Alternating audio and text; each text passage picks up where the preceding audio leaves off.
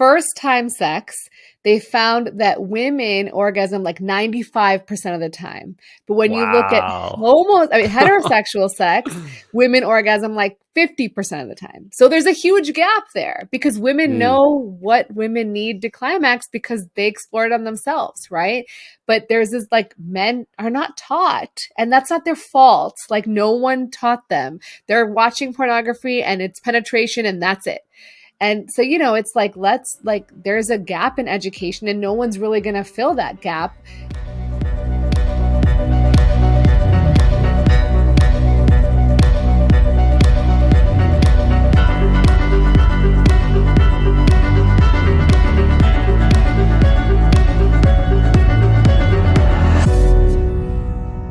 Welcome to Growth Minds. Whether it's your first time here or you've been here before, I'm curious to know what it is that brought you here. And if you can, smash that like button below. It really helps spread our message to more people. All right, on to the episode. Yeah, so I've seen you blowing up on YouTube from 400,000, I think like last year or somewhere around that time, to I think like 1.4 million. And it's clear why, because you're talking about one of the biggest questions that most people have, which is how they can improve their sex life. And before we get into that, I'd love to know what that transition was like for you from being a urologist to this, like, deciding to go into YouTube and now becoming this YouTube sensation for people. Yeah, thanks so much. So, this really came from a passion for education. I've always felt that as a urologist and any surgeon, you can do the most beautiful surgery on somebody, but if you can't teach them what to expect or what complications they might have, then you're not doing a great job. And this really came to light actually when I was in training. I had a patient who had a very complex reconstruction. The surgery was beautiful, but because of that reconstruction, she now had to catheterize through her belly to empty her bladder.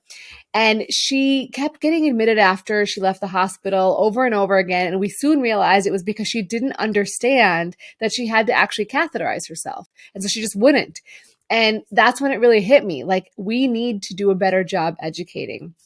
And so I got involved in social media, first on Twitter, where it was more of a professional networking sort of experience. And then from there went on to doing things like Instagram. But I realized that on Instagram, you create a post, you put all this effort into education, but there's no real search engine type way for people to find your content. And so then, you lose all that work. And so that's when I looked at YouTube and said, this is a place where I can have content that's evergreen, that people can keep finding, where I can answer the hard questions that people want answers to. Yeah, so just so you know, we actually had Dr. Mike on the show, and I know you had a video with him as well, so you guys are familiar with each other. And yeah. I remember him telling me how hard it was to make that transition.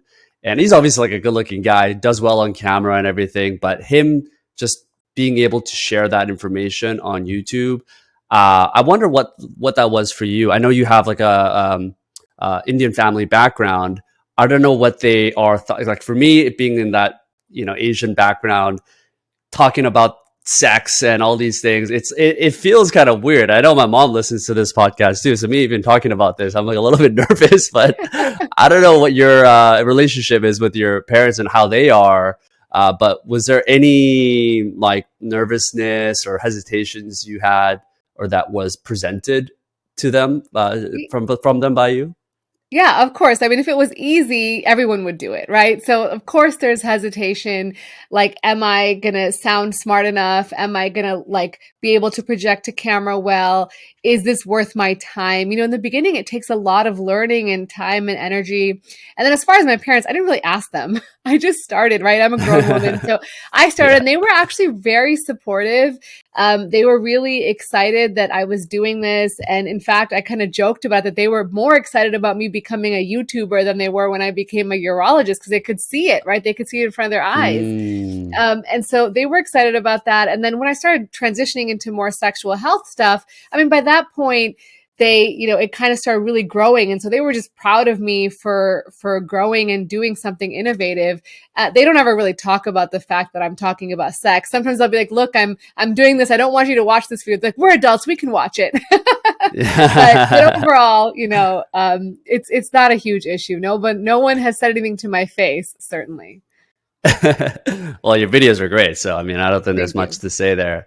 And how do you balance that as you're growing? I mean, I think, with Dr. Mike, one thing that I really respected, and same thing with you, is that he continues to practice and do the things that got him there in the first place, which is meeting clients face to face, helping them, being there in the front lines. And I'm wondering how you approach that now that you're becoming a much bigger influencer, or I don't know if you want to say that, or having a platform with new opportunities coming in all day. How do you plan to balance that with the work that you're doing that got you there? Yeah, I mean, I never plan to stop doing medicine. I mean, that's my first job. That's my priority. And I love it. Like, I love taking care of patients. YouTube just offers me a way to reach a larger audience, right? But that doesn't mean that the one-to-one care of patients is unnecessary. I love operating. I love taking care of patients. And so that's always going to be a part of what I do. And the primary thing that I do, YouTube is a hobby. I do it on the weekends. Like, I literally do all my work on the weekends, and the rest of the week is for my job. Yeah. And so it's just a matter of, like, I'm very strict about time management and not negotiating, but really having boundaries about what things I'm going to take on versus not take on, so that I can keep both of those things, because I still have a family and I have kids, and all those things need my attention. In fact, more of my attention than anything else. And so I want to make sure that I don't, I keep myself going in all those areas. And if I need a break, well, what's going to take a break is probably YouTube first, and then other things. So. Oh, really? So I guess, yeah, YouTube is still the back burner for you. Mhm. Um, Yeah, got mixed. And also, it seems like you're talking about different things. So on YouTube, it's more about the broad appeal around sex life, which is probably much more just broad in general that most people would be interested in. Whereas client work that you're doing face to face is probably very specific and more from a professional perspective that goes deeper into, the things that, an actual urologist would really talk about on a more serious setting. But Yeah, let's it's get to the usually big, oh, go ahead. it's usually very personalized, right? It's very specific to what they're going through. And I see a lot of different things. So what I talk about on my YouTube channel is not necessarily what I only see in my practice. I see women with pelvic floor disorders. I see men with sexual dysfunction. I see very complex patients who've had a lot of reconstructive surgery or need reconstructive surgery. So it's different than what I do on my YouTube channel, but also very satisfying. And I teach. So I teach residents and I train them. I work with medical students, and that's extremely rewarding. Yeah, and what I like about the content you put on YouTube is, well, number one, they're either from your own experience because of the professional experience that you have, but when you're talking about things that might be outside of it, it's always data driven, it's always research driven, and you're not afraid to say that this might not work for people, this might not be necessarily supported. So you kind of measure the quality of the research as well, and I think this is why people respect kind of the work that you do. Um, but let's get to the big topic here, which is how to improve your sex life. This is probably why most people tuned in. And I'm curious, from questions that you get for people, what are the things that most people are the most curious about or maybe struggling with when it comes to their sex life? Yeah, so I think it's different for different genders, and I'll just generalize as men and women, but we know that there's lots of genders. So for men, I think a lot of people are focused on the character of their erections and the ability to sustain an erection and ejaculatory issues. And for women, it's usually about arousal and if they're having pain with sex. So those are the kind of most common things that we see in a clinical setting. And I think definitely on social media, I've seen that too. People are really wanting to learn, like, how can I last longer? How can I pleasure someone better? How can I, be a better partner? All those things kind of come into play. And like from a medical standpoint, there is actually data behind a lot of these things. Yeah, and so they are very data driven, obviously, and I do think that's a big one. Like how, particularly guys, that I mean, really, it's going to be guys, right? How guys can last longer in bed. What is like the average time I don't know if you've done research on this or just based on, Mhm. anecdotes. What is the average time that most guys last in bed, which is, I guess, how long usually a sex lasts for most couples or people? Yeah, so you want to take a guess? Yeah, this is one of the things where like you want to guess higher, right? Just to make yourself look good. Is it 3 hours? I'm gonna guess on the Damn, low side, Sean. 3 hours. No, so it's like 5.7 minutes. So, and this has actually been studied. 5.7 So minutes. it's silly the way they studied it, but they had the female partner take a stopwatch, and she would turn it on as soon as penetration began and turn it off when penetration, when it was finished. And Hmm. this doesn't include foreplay. This doesn't include other types of sex, which are, oral, anal, anything else that you're doing. That's all part of sex, right? But this is talking about penetrative intercourse, and it lasts about 5.7 minutes. And the variability is very high. Some people last less than a minute, and some people last up to an hour, but the average is 5.7 minutes. And I think this That's is like so, really, yeah. yeah, go ahead. Oh no, I'm just saying, like, I'm just imagining, like, do the guys know that there's a stopwatch being played out? Like, do they know that this girl just put on a stopwatch and they're like being measured by time Yeah, I mean, it as was a part of this research study. research? Like they Yeah. signed up to be a part of it. So it wasn't like a gotcha. Okay, okay. But I feel like the average is going to be lower because the guys, based on their ego, are going to be like, all right, I'm being measured. This is part of like a test.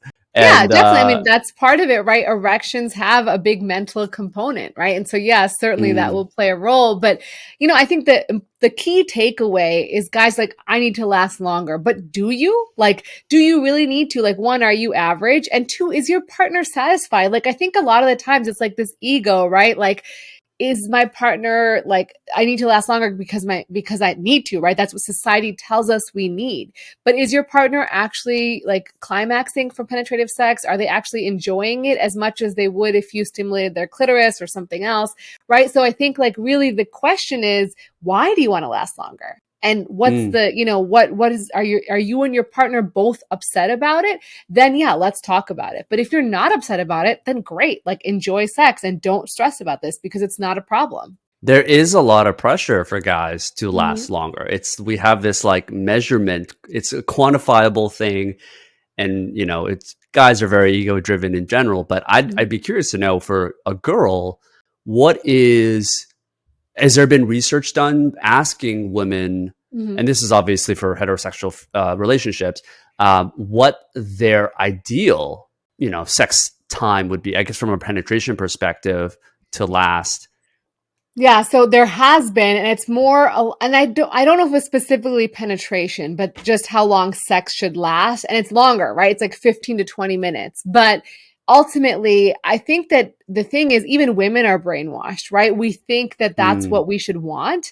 But to be honest, if you look at how women derive pleasure based on anatomy, right? So the penis and the clitoris are identical embryologic tissues. So they both get larger with arousal, and they swell with blood flow, and they decrease when they go away, and they're stimulated, and it feels good. Like it's all the same, the clitoris and the penis. So the large majority of women, over 80%, maybe even 90%, depending on what study you look at, need clitoral stimulation to climax, and that's what they derive pleasure from. And so does it really matter if penetration is longer or shorter, because that's not necessarily stimulating the clitoris? It can, because the clitoris is actually much longer than what you see. Clitoris goes deep inside and then forks, kind of is like a wishbone type thing. But ultimately, like there's other ways to be pleasured that doesn't require penetration. And so like I think that there's so much more to sex, but everyone's brainwashed, right? We think that mm. you have to last a really long time. You have to, it has to take just like you have to have a longer, girthier penis. Like those things are not necessary for pleasure. And the goal of sex is either to have kids or to have pleasure. And so Mm. if you want pleasure, like that's not a be all end all. Yeah, it's almost like the measurement should and the research should take into account the foreplay because it is rare for most girls. I don't know what that percentage is for girls to be able to climax when they're actually doing intercourse versus foreplay or clitoris stimulation. Exactly. And it seems like we're measuring a lot just based on how long a guy can last, when there is not a lot of correlation to maximal satisfaction for the woman when we're measuring how long. I mean, I don't know. This is just me thinking, but I've heard girls talk about this being like almost two different sensations, where you're doing foreplay that is like one level of sensation, but it's kind of like apples and oranges. And they love both, obviously, but it's like a different sensation. They don't necessarily Yeah. have to climax when they're doing intercourse, but they enjoy it because they also know the guy is getting that same satisfaction. So it's like this mutual, um, connection that they have around that. Yeah, exactly. Um, And it still feels good. Like there are, like I said, the clitoris is in the walls, like inside the walls of the vagina, right? It's right there. So they enjoy that pressure. There's also nerve endings like near the clitoris. Near the cervix. So there's pleasure everywhere, right? But like it doesn't, that's not where climax necessarily happens. And the rate of women who climax with penile penetrative intercourse alone is less than like 14%. Okay, so it's really wow, low. 14%. Usually, Damn. usually they need some either stimulation on the clitoris as well. So people do like they'll stimulate the clitoris while they're penetrating, or they just need clitoral stimulation. And so, I think Mm. ultimately, like, yeah, it's great. People really do enjoy it, and that's okay. But like, if talk to your partner, because they may say, "Hey, I like this better," or encourage them to explore their bodies, and you as well. Like, figure out what they like, and actually make that a priority rather than stressing about how long you're going to last in bed. Yeah, and it seems that I used to make a lot of mistakes with this, which is I always thought it was just like this routine. When you're a teenager or when you're in your early 20s, you think that this is just like a routine. Step one, you do this. Step two, but you don't think about that for. I mean, it seems like for girls particularly, the whole environment really is a big factor. Like putting in candles, the smell, music, all of those things can actually increase the speed that someone can climax and just the whole entire pleasure. Are there studies around like what is an average time for a woman to reach climax? Yeah, it's about 12 minutes. And so, but the thing Wow. is that's longer, right? Men is about 5 minutes, 5.7 minutes, and so women are 12 minutes. But you mentioned a really important thing is that the setting and the environment, but not just in that moment, it's in life, right? Because I think stress is a big problem. And when you have stress, it's really hard to get aroused. It's really hard to be in the mood, and that can make it hard to want to be intimate with your partner.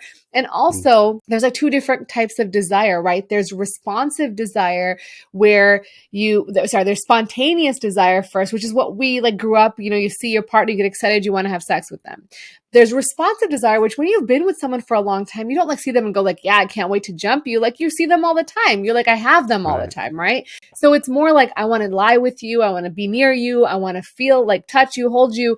And then, oh yeah, I remember, I like this. Like I want to have sex, but it doesn't happen like just right away. Like I saw you and I'm ready to go. And that's normal. And so that's Mm. part of it is like, a lot of people have responsive desire, especially as you age. And so setting the mood or setting the time or environment for intimacy is really valuable. Yeah, this kind of brings me to I think it was called a book called Attachment, and the professor, he was a researcher and professor, and he did like this wide long study around what creates the what were the couples and what were the patterns of the things that they did that allowed them to have like a thriving sex life and just a overall marriage. And one of the things that he was surprised around is this idea of having separation Mhm.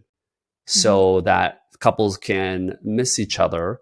So they would be going 2 weeks where they would spend time together, and then maybe their one person would do a trip, or they would have to work offsite or something like that, and they would come back. What are your thoughts on couples that sleep together or that live together versus those that choose to have some of those boundaries? And this is really like for my own personal advice, honestly, from my own personal perspective with my partner. Are there any studies or research around that could swing one way or another in terms of sex life, marriage life, all that stuff?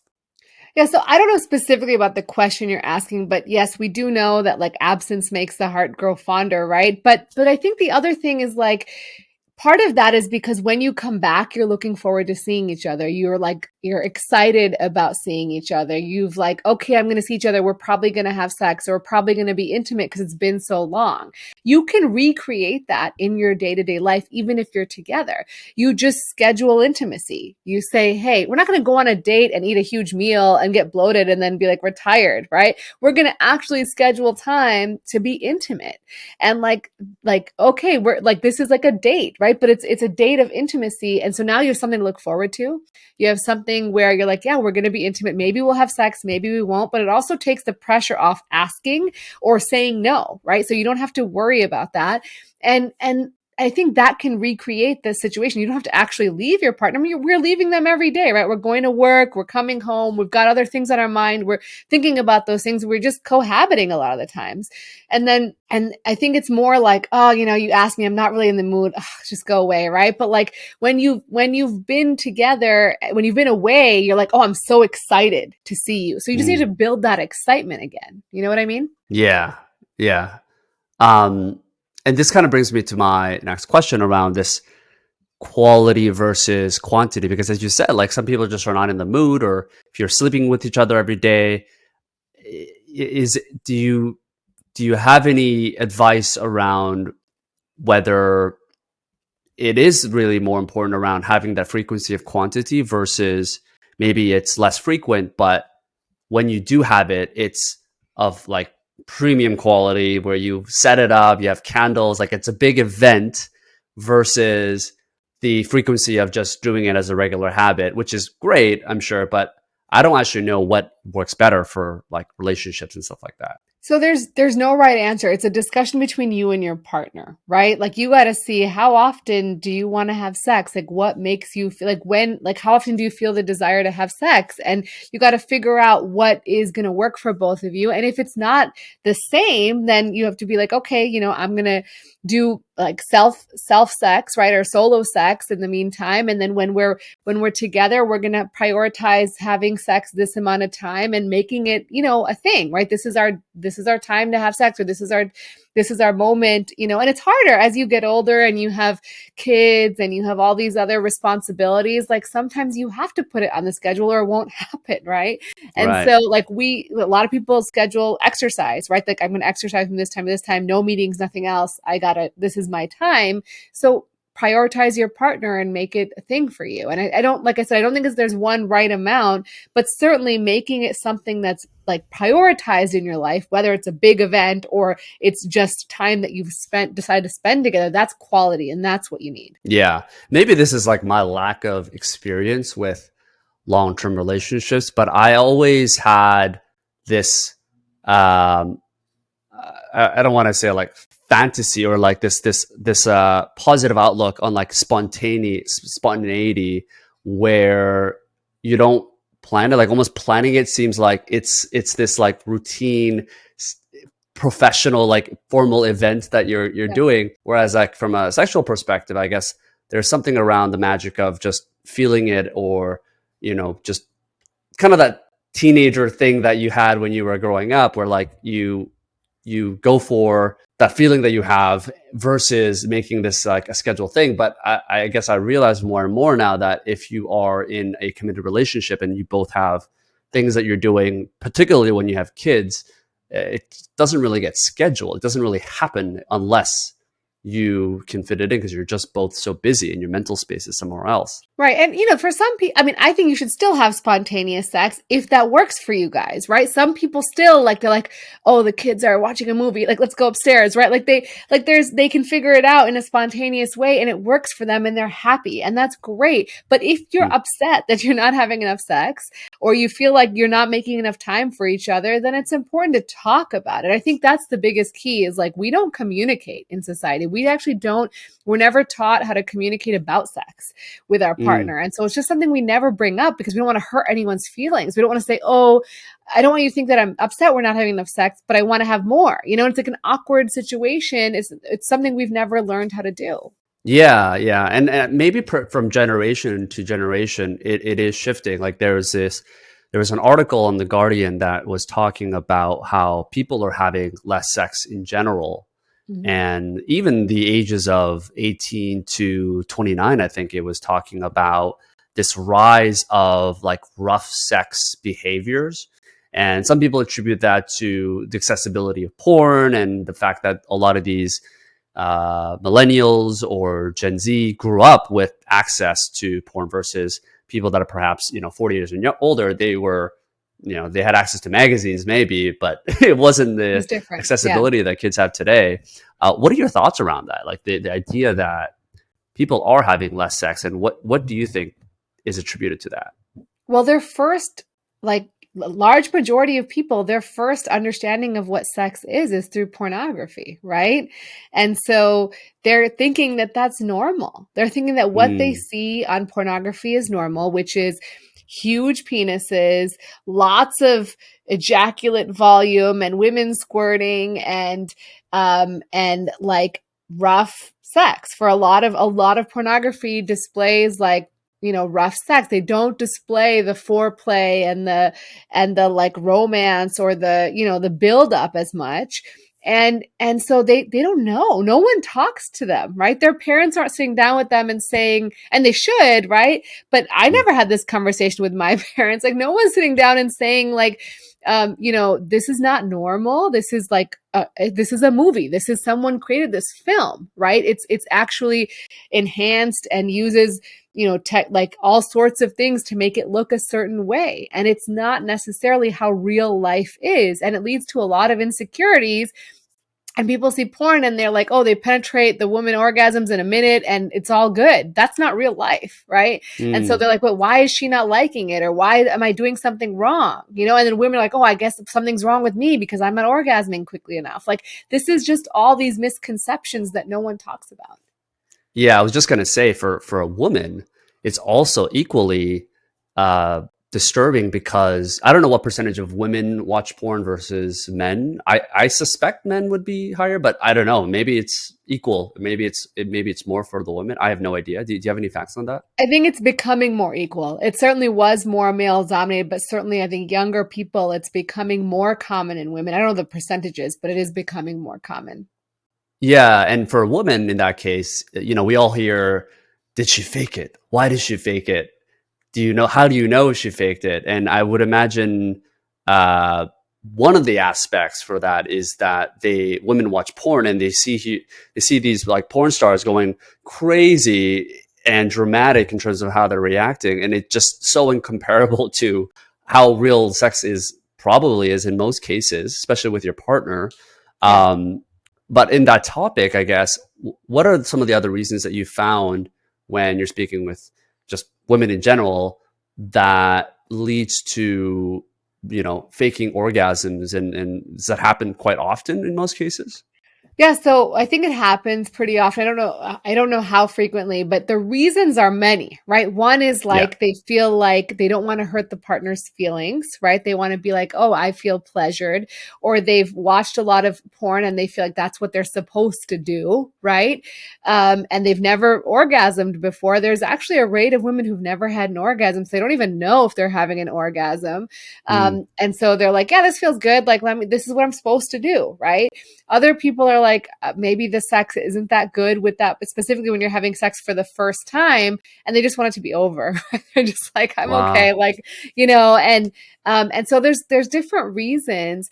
But ultimately, that's another thing that we've harmed society by doing, right? Because now you're faking it, and your partner thinks that you are really having a great time.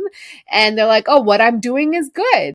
But no, you never orgasm. But how is he supposed to know that? Right. And so, like, we are contributing to this orgasm gap, as you'd call it. Women have less orgasms than men, particularly when you're in a heterosexual relationship and especially during first time sex.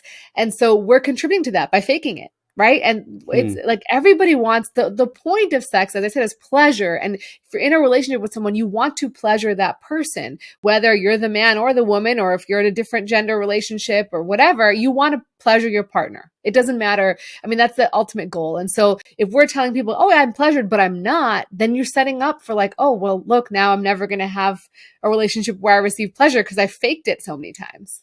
mm.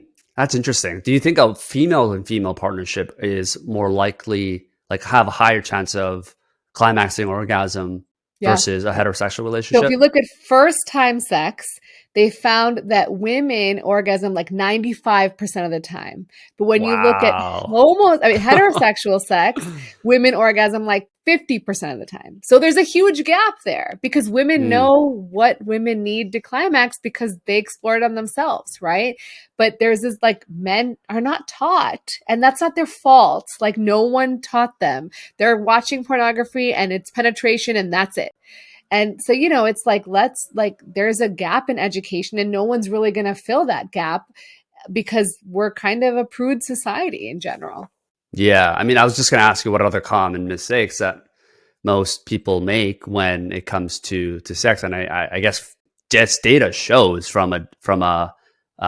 guys particularly that it's just more foreplay because obviously if girls are orgasming 95% of the time and there's less chance, probably no penetration at all, that's a pretty sure sign that it's really coming down to spend way more time with foreplay versus any sort of penetration. Well, and oral sex is oral sex. It's not necessarily foreplay. It's still sex, right? And Right. it doesn't have to be or I mean there's so many tools that we can bring in the bedroom. You can use your hands, you can use toys, you can use your mouth, you can use your penis. Like it doesn't need to be one thing, but we're like I also find that sometimes people feel and I don't know about the data on this, but at least in my audience people are like, "Well, am I going to be replaced by a toy?" And like no Hmm. one's going to replace a human being with a toy. It's just like a more efficient way to get an orgasm. It doesn't mean that you don't have orgasms with your partner.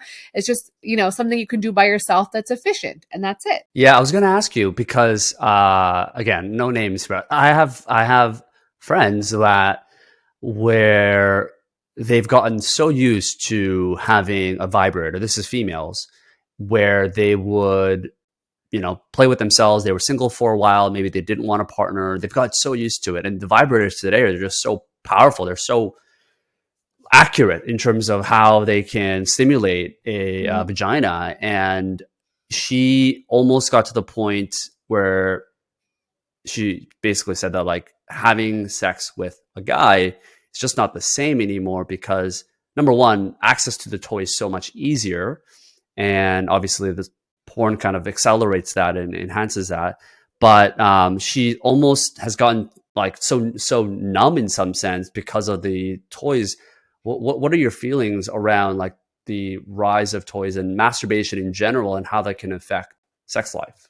Yeah, so this is for both genders. It can happen to women too, but men tend to be more aggressive with masturbation sometimes, or they get used to whatever it is, you get used to climaxing to a certain thing, whether it's a certain Mm, sensation, a certain visual.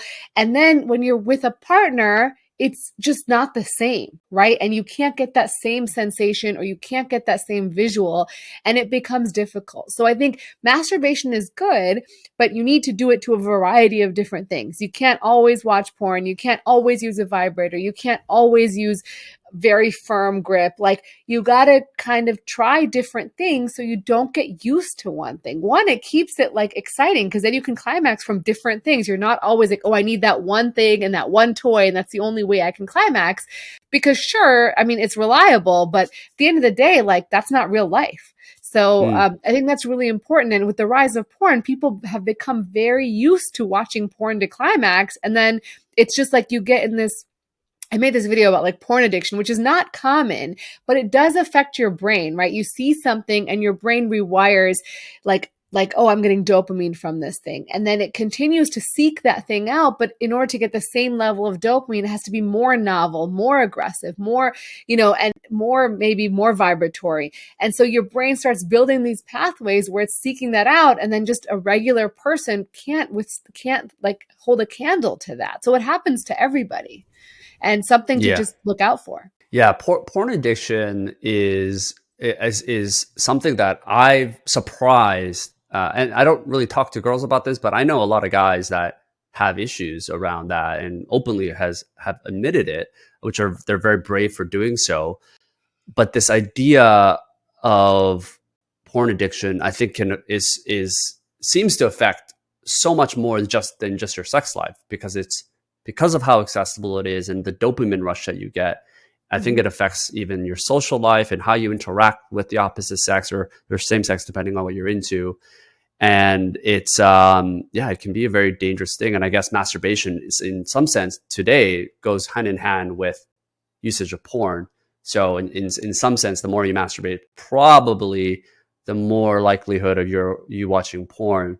So it seems like it is going hand to hand. But is there like a healthy way to masturbate in that Yeah, I sense? mean, look, I think porn's not bad in and of itself. It becomes problematic. And you know, like you were saying, these people are admitting, people know when they have a problem. They're like, I'd rather watch porn than be with my partner. I'd rather watch Mm, porn than go hang out with my friends. I'd rather watch porn. I'll be a little late for work, right? Like that's when it becomes a problem. And then, you know, people who are masturbating all the time with porn, that's when masturbation becomes a problem because it's hand in hand. But the masturbation by itself is a very safe and effective way to achieve pleasure and very, you know, get all the benefits of orgasm, which are like lower heart rate, sleeping better. There's so many things that go along with like having climax, right? And so masturbation alone is not bad. And even pornography alone or with masturbation occasionally is not bad, right? If it's not affecting your life in a bad way, it's not bad. But if you're finding that like you can only masturbate with porn or you're like using porn as a substitute for real life, then that's a problem, right? And so mm, I don't want to like shame people. There's so much shame in society, like, oh, you masturbate too much or you watch too much porn. Like, if you're living a normal, healthy life, you have a normal relationship, you have, you know, you have good, like, you have good work life balance, and you like to hang out with your friend, you like to spend time with your partner, you're still climaxing with your partner, you're still having good sex with your partner, then it's fine. There's literally nothing wrong with it. And so I think there's a fine line, and it's really important not to shame people because a lot of people saying like porn's bad, masturbation's bad, but like there's so many people doing it normally and healthily, and like don't shame them. They're doing everything fine. yeah, and I think this conversation itself is helping because I think people shame talking about sex in general, which is why I Mhm. admire your work so much. And even for me, it is thinking about like talking about sex. It's not like a comfortable thing to talk about this kind of stuff Yeah. openly, even though Yeah. it's not about me necessarily. Um, but one of the things that has come into light more with people is this idea of like edging leading Mhm. to stronger orgasms in general, and this maybe goes ties back into quality of the sex in general. But number one, what is edging for people that don't know about it, and what are the things that are happening in our bodies that lead to the positive effects that people are talking about? Or are there any downsides? I'm not sure actually. Yeah, so edging is essentially the process of getting close to climax and then kind of backing off on the stimulation and then resuming sex, right? And it is certainly associated. We actually use it as a treatment sort of for premature ejaculation. So people Mm, who are ejaculating too quickly, whether it's usually less than a minute or two, but really if it's distressing to you or your partner, then you know that's a situation where you can use that. You can get close to climax. Your partner can then kind of squeeze the head of the penis and then you kind of resume again, and then when you get close again do the same thing, do it like 3 times, and then the last time you ejaculate, and slowly that will help increase the duration to ejaculation. So people use it for that reason even if they don't have premature ejaculation, and it's also been associated with more intense orgasms. So there's a lot of, you know, benefits to it. It can be a great way to also explore and enjoy with your partner if as long as you're communicating the whole time. It can be a great tool. But I think the negatives really are if you're doing it like so much that it's becoming like all day and you're not doing anything else, like you're literally spending all day edging and like you're focused on that, you're not doing other things. Or if you start having pain, because some people, whenever you get close to climax, your pelvic floor muscles tense up, right? And so mm, if you're constantly tense, right, you're doing it for long periods of time, you're constantly tense in that area, your muscles can become tense. It's like lifting weights, right? If you were to constantly like lift and hold this, right, steady, then your arm would get sore, but also your shoulder would get sore, your elbow would get sore, your even maybe your hand would get sore. And so your body can also react and you can start having pain. You can have testicular pain, scrotal pain, pain with ejaculation, pain with erections.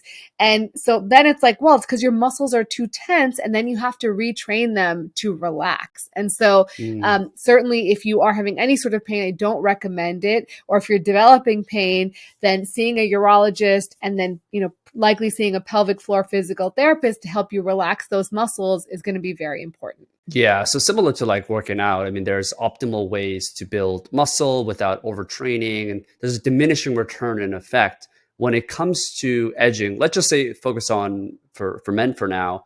What is the optimal time? Let's say you're having sex with a partner, so it's not even alone.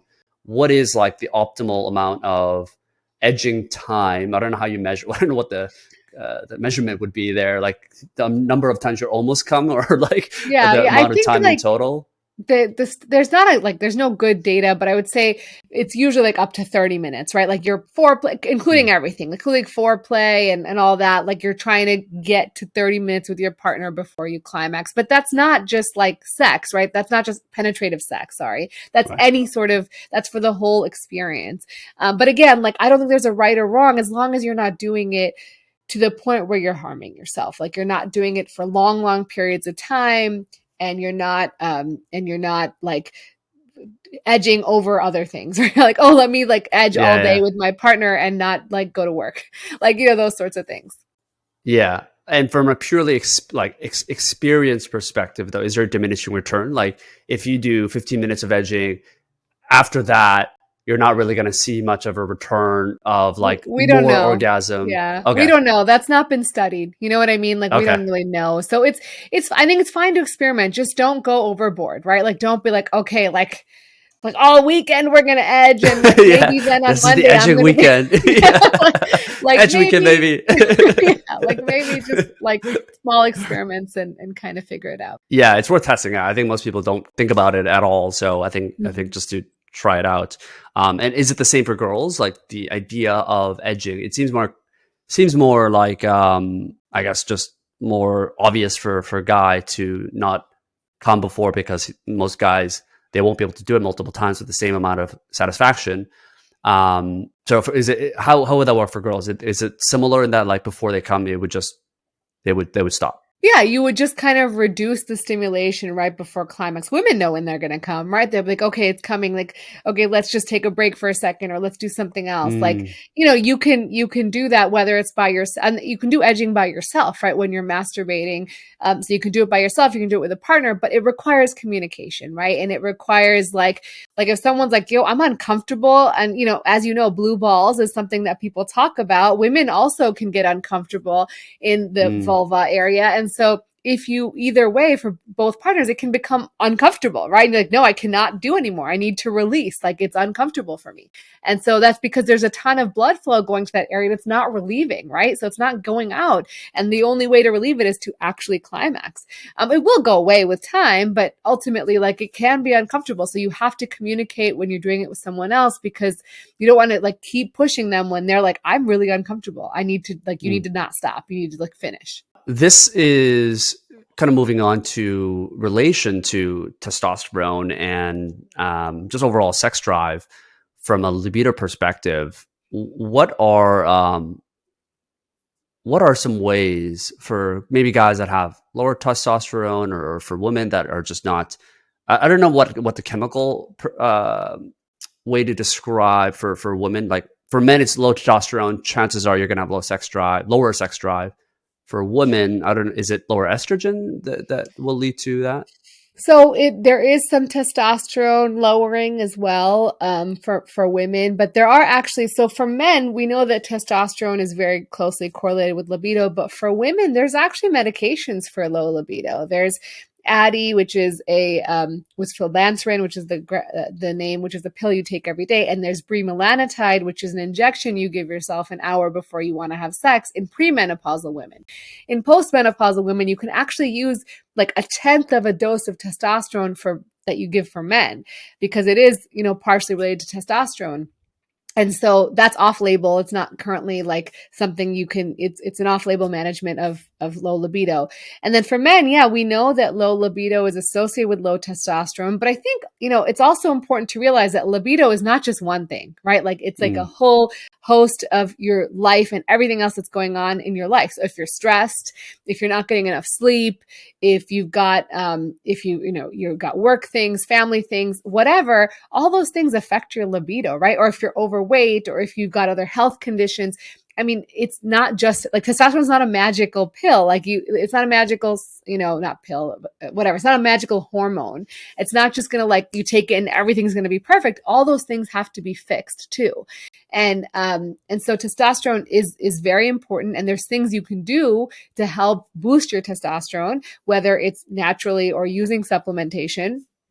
But naturally, the things that you can do are, and there's no shortcuts. I love to tell people like, there's no like, I'm not going to just take testosterone and everything's going to be great. Like you can eat healthy. And the most data we have is on the Mediterranean diet. So that's like whole foods, vegetables, a little bit of fish, a little bit of meat, healthy oils, that sort of stuff is really good. Nothing processed, no, low sugar, low white flours. Like you want to really keep complex grains.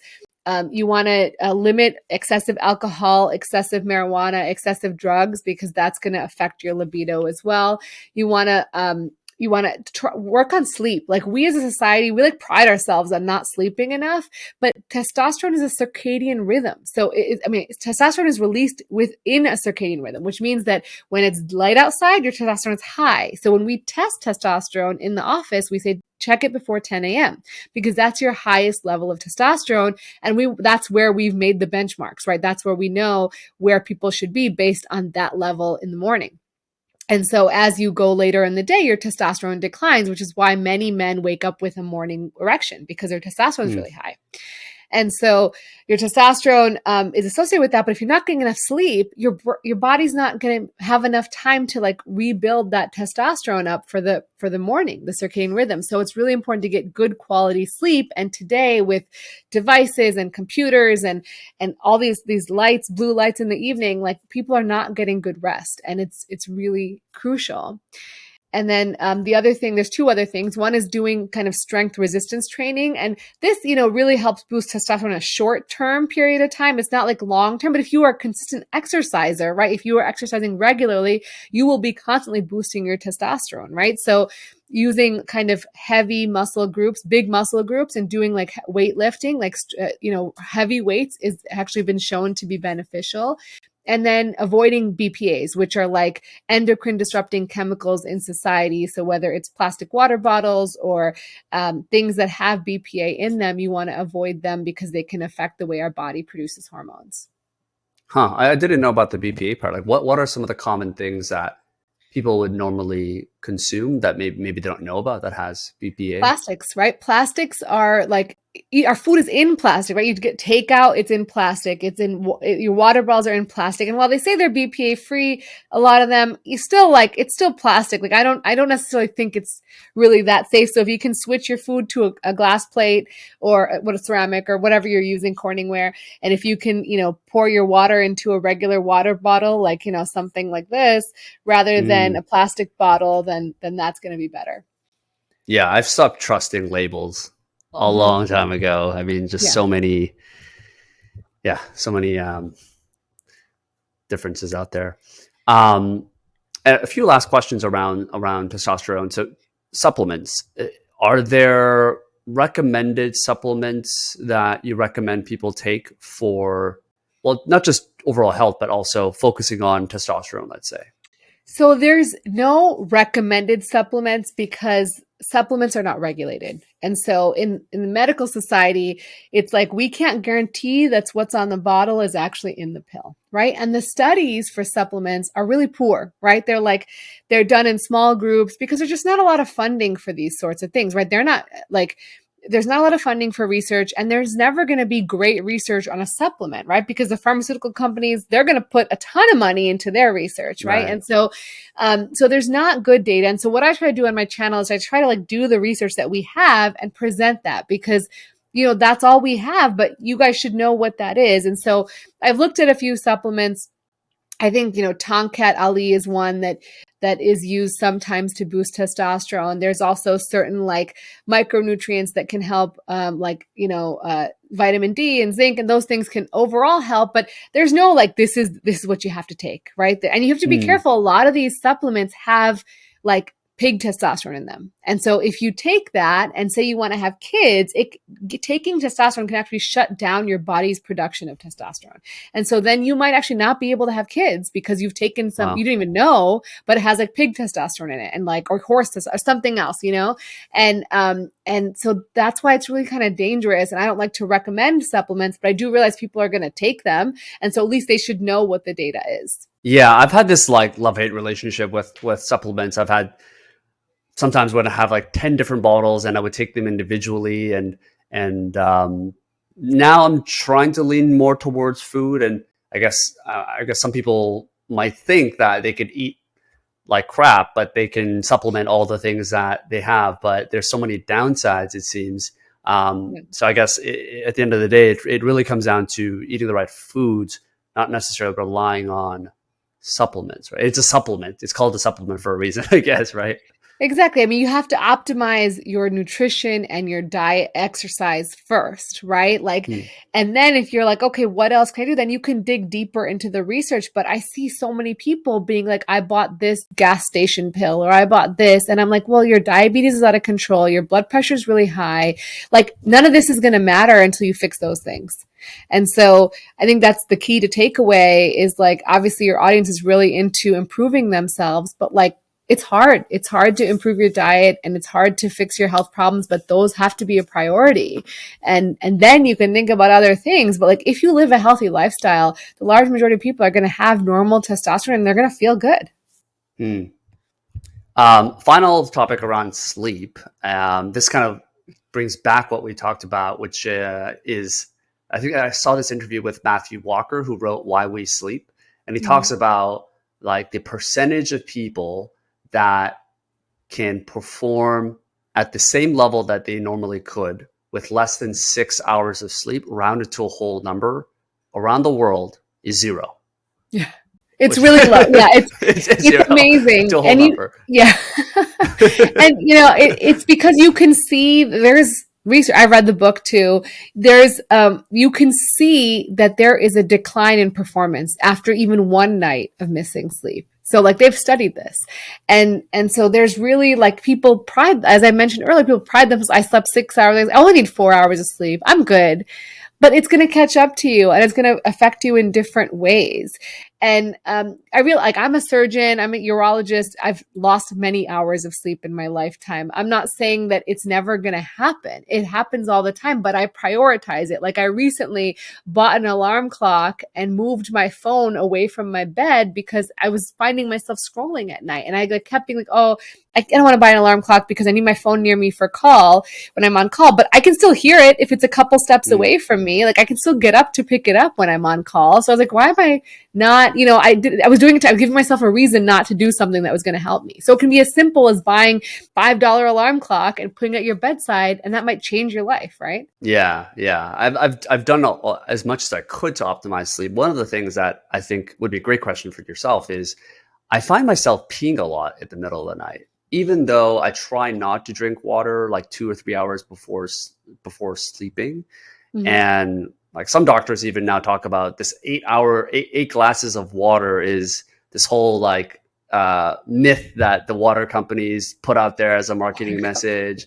So I don't know. Like, I drink water. I drink water a lot, and who knows what's true these days. But how can people get better quality of sleep? Because I know I'm not getting the best quality of sleep when I wake up 2 or 3 times a day.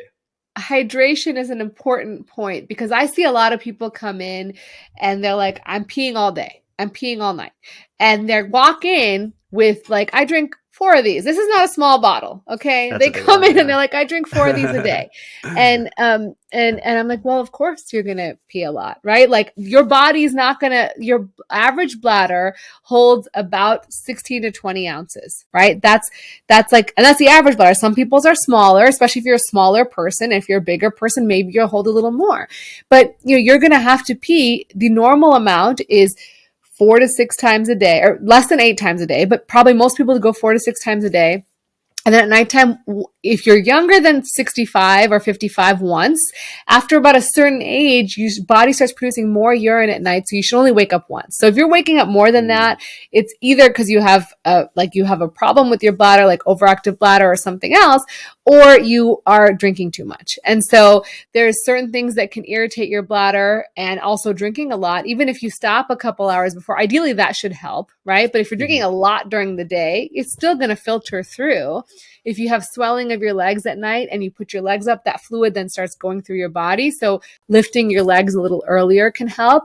And then watching things like bladder irritants at night. So bladder irritants can basically cause your bladder to feel like the sensation of urge, like they actually make it more sensitive. And so if that's what's waking you up, like the urge to pee, then you got to kind of take an inventory. What am I having at night? Am I having a glass of wine every night? Am I having an espresso after dinner every night? And then for some people, it can be simply like citrus fruits can be very irritating. And for some people, artificial sweeteners can be very irritating.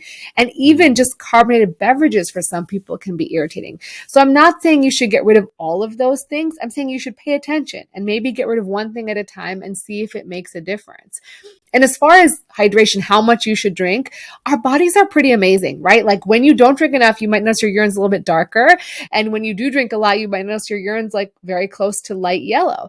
And so the goal is to be like a lemonade yellow. That's kind of the color that we know you're hydrating well. But if you say you skipped a couple glasses of water, like your body keeps more urine in, or keeps more fluid in. That's why your urine gets darker, right? It's just got more of the products that make it yellow, urobilin, because it's just not as much water going through. So, ultimately, like you should drink when you're thirsty. So what I tell people is drink whatever you want, breakfast, lunch, and dinner. And then in between, sip on, water, but like drink to thirst, or maybe a little bit more if you're about to perform. There is some data saying that like if you're about to perform, you want to be a little bit overhydrated or a little bit, we want to be well hydrated before you're going to do some sort of major performance. So if you're going to like go take a test or run a marathon or whatever, probably a good idea to drink a little extra that day.